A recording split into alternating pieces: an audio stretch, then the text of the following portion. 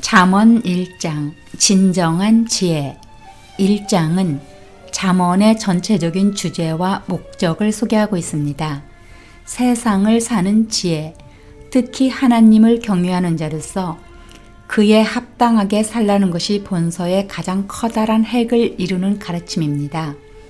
1절에서 잠언의 저자가 다윗의 아들인 솔로몬 왕이라고 밝히고 있으며 2절부터 6절에서는 잠언의 기록 목적을 말합니다.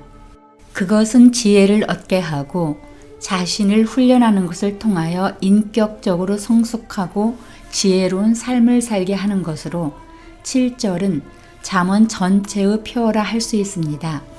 지식은 하나님을 경외하는 데서 나오고 하나님에 대한 경외는 모든 지식의 출발점으로 가장 중요한 부분입니다. 하나님을 경외한다는 것은 하나님을 사랑하고 존경하면서도 그에 대해 마땅히 가져야 할 피조물로서의 겸손한 태도를 취하는 것을 가리킵니다. 이어서 1장 본문 내용으로 이어집니다. 다윗의 아들 이스라엘 왕 솔로몬의 잠언이다. 이것은 지혜와 교훈을 얻게 하고 슬기로운 말씀을 깨달으며 지혜롭게, 의롭게, 공평하게, 정직하게 행동하도록 교훈을 얻게 하려는 것으로 어리석은 사람들에게는 깊이 생각할 수 있는 슬기를 주고 아직 어린 사람들에게는 지식과 옳은 것을 판단할 수 있는 능력을 주기 위한 것이다. 지혜로운 사람들은 듣고 그 배움을 더할 것이며 슬기로운 사람들은 더욱 슬기를 얻게 될 것이다. 잠언과 비유와 지혜로운 사람의 말씀과 이해하기 어려운 말의 진정한 의미를 깨닫게 될 것이다. 여호와를 두려워하며 섬기는 것이 지식의 시작인데 어리석은 사람들은 지혜와 교훈을 가볍게 여긴다.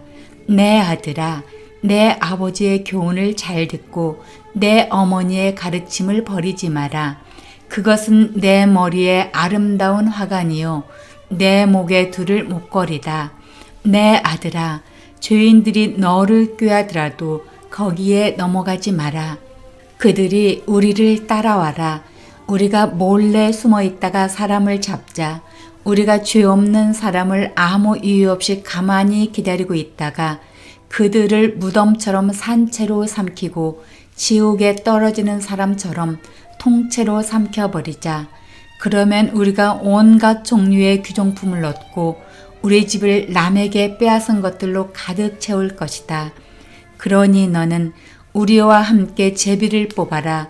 이 모든 것을 우리와 함께 나누어 가지자라고 해도 내 아들아, 너는 그들을 따라가지 말고 그들이 가는 길에 한 발짝도 들여놓지 마라.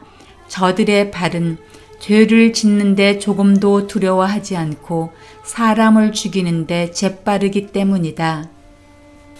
새들이 다 보고 있는 데서 그물을 치는 것처럼 소용없는 일이 또 있을까?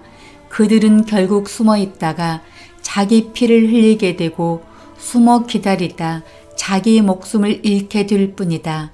정당하지 않은 이득을 욕심내는 사람들은 결국 자기 생명만 잃게 될 뿐이다. 지혜가 길거리에서 소리치며 광장에서 외친다. 복잡한 길목에서 부르짖고 성문 어귀에서 외친다. 너희 어리석은 사람들아, 언제까지 어리석은 것을 좋아하겠느냐? 빈정대는 사람들이 언제까지 빈정대기를 즐거워하고 미련한 사람들은 언제까지 지식을 미워하겠느냐? 너희가 내 책망을 듣고 돌이키면 내가 내 영을 너희에게 쏟아부어 내 말을 듣고 너희가 깨닫도록 할 것이다. 그러나 내가 불러도 너희가 듣지 않았고 내가 내 손을 뻗어도 거들떠보지 않았다.